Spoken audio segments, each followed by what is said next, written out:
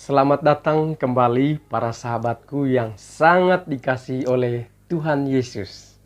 Salam sejahtera bagi kita semua, damai dan sukacita oleh Roh Kudus melimpah senantiasa dalam hati dan juga kehidupan kita sekalian. Oke, para sahabat yang dikasihi Tuhan, kali ini kita akan membahas mengenai peran Roh Kudus dalam kehidupan kita sehari-hari. Kira-kira apa sajakah peran Roh Kudus itu? Untuk itu para sahabat, mari kita simak satu persatu. Peran yang pertama, Roh Kudus adalah sebagai penolong. Bisa kita baca di Injil Yohanes pasal ke-14 ayat 16 dan juga ayat ke-26. Roh Kudus adalah penolong dan juga pembela kita. Kata penolong dalam bahasa Yunani adalah parakletos. Sedangkan dalam versi Alkitab bahasa Inggrisnya, kata parakletos diterjemahkan seperti advokat atau pengacara atau pembela, penolong, penghibur, penasihat, atau juga juru bicara. Dan secara harafiahnya, parakletos adalah seseorang yang dipanggil untuk mendampingi. Nah, para sahabat, Roh Kudus adalah pembela kita dari musuh-musuh kita di luar sana. Saat dunia menekan kita, saat iblis menggoda kita, saat hati kita menghakimi diri kita sendiri, maka Roh Kudus hadir sebagai sahabat kita yang siap untuk membela kita. Bahkan ketika hati dan jiwa kita sedang sedih, baik karena masalah maupun akibat ditinggalkan seseorang, maka Roh Kudus jugalah yang memberikan kedamaian, memberikan ketenangan, memberikan penghiburan dan kesejukan saat kita mengalami kesesakan-kesesakan itu. Itu adalah peran pertama. Peran yang kedua dari Roh Kudus adalah memberi kekuatan. Roh Kudus ada di dalam hidup kita untuk memberi kekuatan. Entah ketika kita mengalami hal-hal buruk, misalnya kekhawatiran, ketakutan, dan sebagainya, maka Roh Kudus hadir untuk membantu kita agar kita menjadi lebih kuat, supaya kita bisa tegar menghadapi masalah-masalah hidup tersebut. Nah, apalagi di zaman informasi seperti ini, mudah kita mengakses teknologi yang sering membuat kita merasa kurang, selalu merasa kalah, selalu merasa minder, dan dibanding-bandingkan dengan orang lain. Nah, di saat-saat seperti itulah Roh Kudus datang dalam hidup kita, dalam hati kita, seperti seorang sahabat siap memberi kekuatan, memberi penghiburan kepada kita. Dan peran yang ketiga Roh Kudus adalah sebagai pelindung. Roh Kudus menjadi roh pelindung yang akan selalu mengingatkan kita bila kita hampir mengalami suatu musibah. Contohnya, saat kita berkendara di jalan raya, tiba-tiba saja Roh Kudus mengingatkan kita untuk belok kanan ataupun belok kiri. Mungkin saat itu kita tidak tahu apa maksud dari Roh Kudus. Namun setelahnya kita akan memahami bahwa Roh Kudus sedang menghindarkan kita dari sebuah kecelakaan. Itu semua karena Roh Kudus melindungi kita agar kita tetap selamat. Peran yang keempat dari Roh Kudus juga adalah membantu kita dalam hal berdoa kepada Tuhan. Memanjatkan doa adalah hal yang sangat sulit jika kita tidak mengandalkan kuasa Roh Kudus. Roh Kudus akan membantu Anda dan saya agar menyusun kata-kata yang digunakan saat kita berdoa. Nah, Tinggal kita meminta saja kepada Roh Kudus saat kita berdoa, maka Roh Kudus akan bekerja dan menyusun kata-kata dari dalam diri kita, dan tanpa kita sadari doa kita mengalir keluar begitu saja dari mulut kita oleh karena pertolongan kuasa Roh Kudus. Yang kelima adalah memberi kita pengharapan. Di kitab Roma pasal 15 ayat ke-13. Roh Kudus berperan menjadi sumber pengharapan bagi kita orang percaya. Saat kita ada masalah atau sedang putus asa, maka Roh Kudus yang akan memberikan sebuah pengharapan kepada kita. Dan Roh Kudus juga memberi kita sukacita seperti di Filipi 4 ayat 4. Sukacita dan juga damai sejahtera hadir di dalam hati kita, di dalam pikiran kita. Sebenarnya itu juga diberikan oleh Roh Kudus. Maka dari itu Tuhan memerintahkan kita untuk selalu berpengharapan dan selalu bersukacita. Yang ketujuh adalah Roh Kudus berperan agar kita menyebarkan cinta kasih. Roma 5 ayat 5. Manusia yang telah dipenuhi oleh Roh Kudus akan meninggalkan segala bentuk kebencian dan menerapkan kasih yang telah diberikan oleh Roh Kudus. Dan peran Roh Kudus dalam kehidupan orang percaya sehingga kasih yang ada di dalam hati kita terpancar keluar melalui sikap kita, melalui tindakan kita terhadap sesama kita manusia. Dan peran yang ke-8 dari Roh Kudus adalah membentuk kita manusia memiliki pribadi seperti Tuhan Yesus sendiri. Syaratnya agar peran ini bisa terjadi dalam kehidupan kita, saudara, setelah menerima Roh Kudus, kita harus melibatkan Roh Kudus itu di dalam kehidupan kita sehari-hari. Maka Roh Kudus akan mengarahkan kehidupan kita seperti pribadi Yesus sendiri. Itulah sebenarnya cita-cita kita menjadi pengikut Kristus, agar kita hidup menyerupai Yesus Kristus di tengah dunia ini.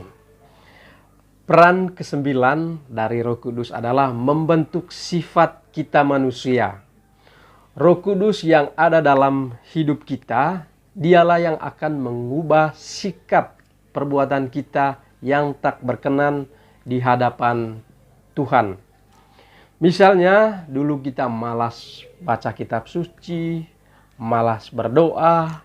Namun, karena kita telah menerima Roh Kudus, maka setiap saat kita akan mendapat pengertian bahwa kita seharusnya membaca Alkitab dan harus berdoa, menjalin relasi yang intim dengan Tuhan. Peran Roh Kudus yang ke-10 adalah memberi karunia. Nah, peran Roh Kudus ini, dia memberi karunia kepada kita orang yang percaya kepada Tuhan.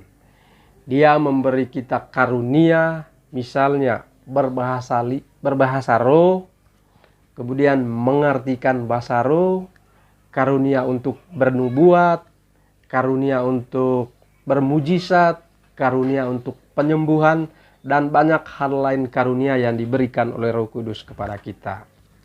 Peran Roh Kudus yang 11 adalah membantu menghasilkan buah-buah roh, yaitu buah pertobatan. Tetapi buah roh ialah kasih, sukacita, damai sejahtera, kesabaran, kemurahan, kebaikan, kesetiaan, kelemah lembutan, penguasaan diri. Nah, tidak ada hukum yang menentang hal-hal itu. Itu bisa kita baca di kitab Galatia pasal ke-5 ayat 22 sampai 23.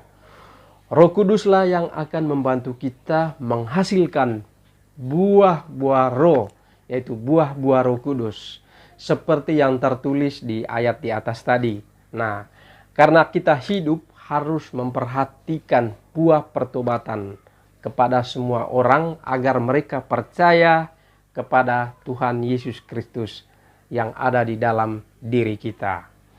Yang selanjutnya, peran Roh Kudus adalah untuk menumbuhkan iman kita.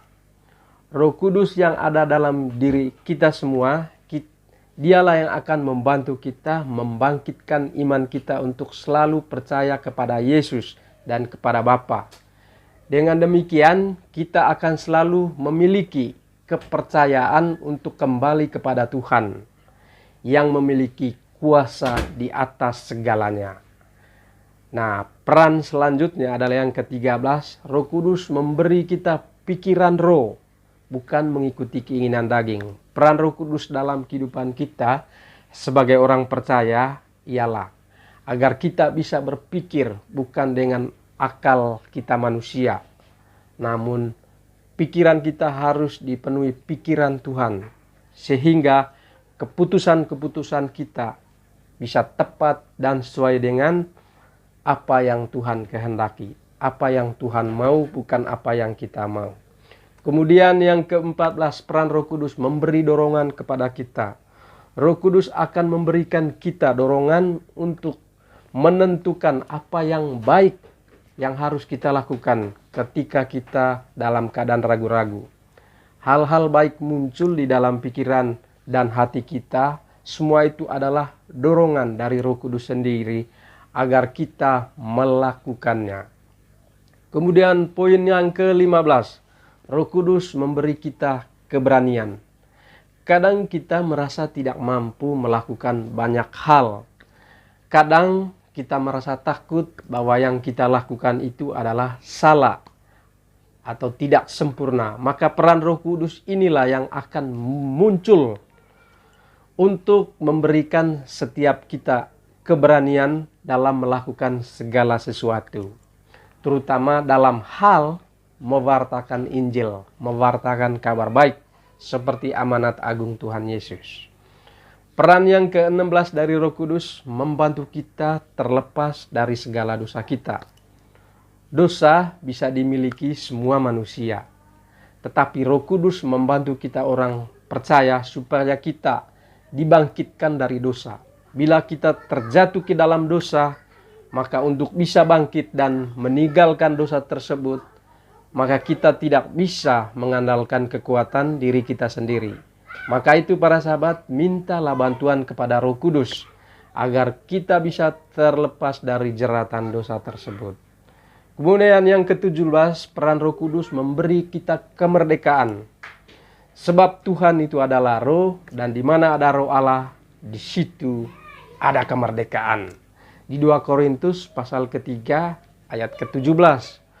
Roh Kudus memberi kita kemerdekaan, maksudnya adalah melepaskan kita dari segala keterikatan kita akan dosa, keterikatan kita akan segala kesalahan atau hal-hal yang merugikan orang lain.